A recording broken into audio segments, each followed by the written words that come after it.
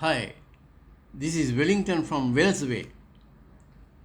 We are learning more and more about personal financial management. We are aware that our happiness is interwoven with our money habits, and our money habits determine how we deal with the four main areas of personal finance.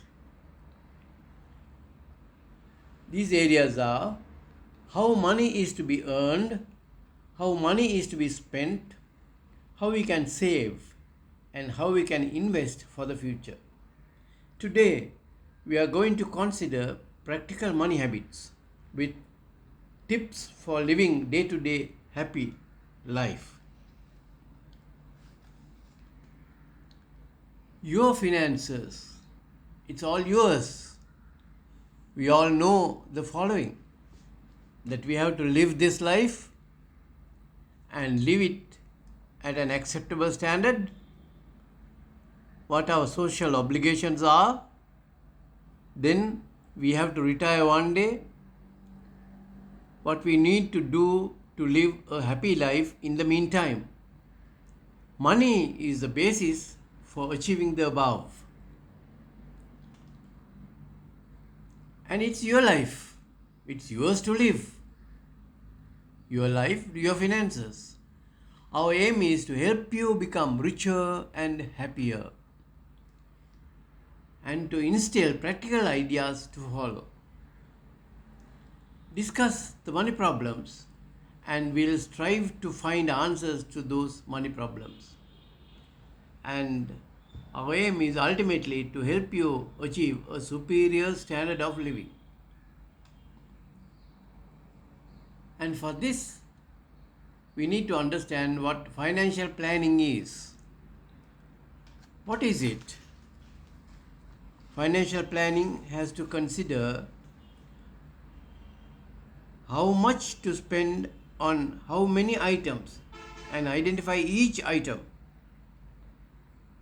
Then, what is the value you are going to obtain from each item? And value means the benefit obtainable per unit of cost. And where to obtain it from? Where is the value coming from? How are you going to decide on that? And then, successful money management has to have an efficient, effective financial planning, because it concerns your future and it gives you monetary benefits. And that is irrespective of class or creed or any other divisions. So the importance of financial planning, it directly affects the standard of living. That is the needs, comforts, and luxuries. You need all of these, and your financial plan would be an expression of your daily life. A effective financial plan will get you out of poverty. It gives you power and freedom. And remember, financial planning is a lifelong activity. And it's all your own decisions. Your life, your finances, your own decisions. So, consider the choice of a suitable career. The career, you must love it. You must choose it to fit yourself. And then you have to make decisions about managing your cash inflow and outflow. And then control debits and credits, pluses and minuses, what comes in and what goes out. Then decide how you are going to handle your tax issues. And you will have to manage your purchases with a lot of wit. What about investing? Yes, it's all part of the game, investing too. So in planning your finances, You will have to plan for your income and wealth. Wealth has been defined by some people as what remains after all your expenditures are gone. Then your plans will help you use money more effectively. And it will help you handle your expenditures with care. And you will have to consider the cost of money. Money has a cost. What is that cost? You will have to plan for it. Then you may have to defer spending for the sake of the future. And about investments, look for low cost investments, because investments too cost. So the lower the cost, the higher the benefit of your investment. Right, factors affecting your finances. There are two major areas of factors. One is policy changes of government and the other is the economic factors. So the policy changes of government are mainly social security changes, changes to tax laws and insurance system changes. And the economic factors are changes in business environment regarding competition, price ceilings, etc. Then inflation, unemployment rate, and the cost of money invested. So your money decisions need to consider the above factors. What about investment? There are certain topics on investment that you may have to spend a little time on. There is what is called time value of money. Today's dollar is of higher value than tomorrow's dollar. So that's the time value of money. Then the borrowing option. Borrowing is not bad in every case. You may borrow to leverage. Then the time value of money also leads us to the concepts of present value and future value. And then for investment, we must be concerned about the interest rates. You will obviously invest in investments that give you higher interest rates. But there are problems regarding high interest rates, such as risk. We will discuss them later. Then there is a magic word which has come, and that is the compound interest. How interest gets compounded.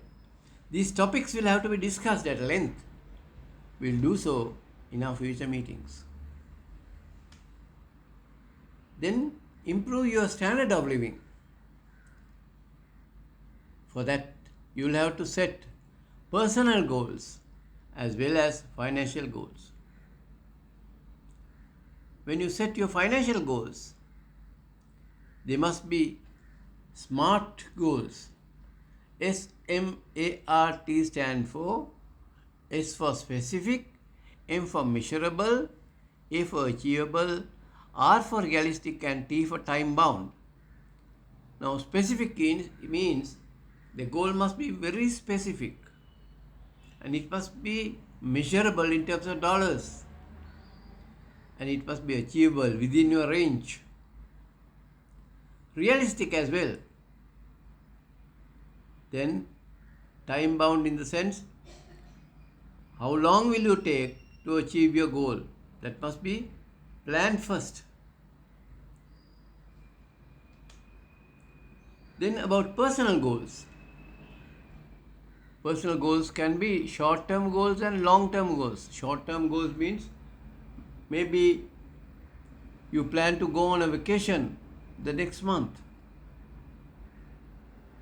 Long-term goals, maybe your career goals. Then there are financial goals and non-financial goals. Then select how to react to external factors. All these are intertwined factors. Your career selection. How do you select your career? Then knowledge and skills to be acquired to achieve your personal goals and financial goals. What is the type of life you envision for yourself? Set your goal for that. How are you going to manage taxation? So the incidence of taxation is important. And then you will know one day you will have to retire. So plan for it now itself. So these are very important aspects of personal goals. What have you learned so far? The life as well as the finances are yours. So be bold and be responsible in your decisions regarding life as well as your finances. Understand the importance of planning and plan your finances as well as your life. Identify the external factors that can affect your financial position and adjust your decisions accordingly. An option one cannot ignore is investing. Saving is not enough because of future value being lower than the present value. The importance of personal goal setting cannot be overemphasized. So we still have to learn how to set personal goals. We have just mentioned the personal goals, but we have not learned how to set them. How to set long-term financial goals. How to set short-term goals to link with the long-term ones. Then how to select investments. Where does the financial process lead us, etc. So let us meet again to discuss these and more. Well, that's it for today. Remember, all that we have discussed is part of financial literacy that you need to have. It is the key to unlocking a happier life and a brighter future. And we are here to help you every step of the way. Until next time, this is Wellington from Wells Way signing off. Bye for now.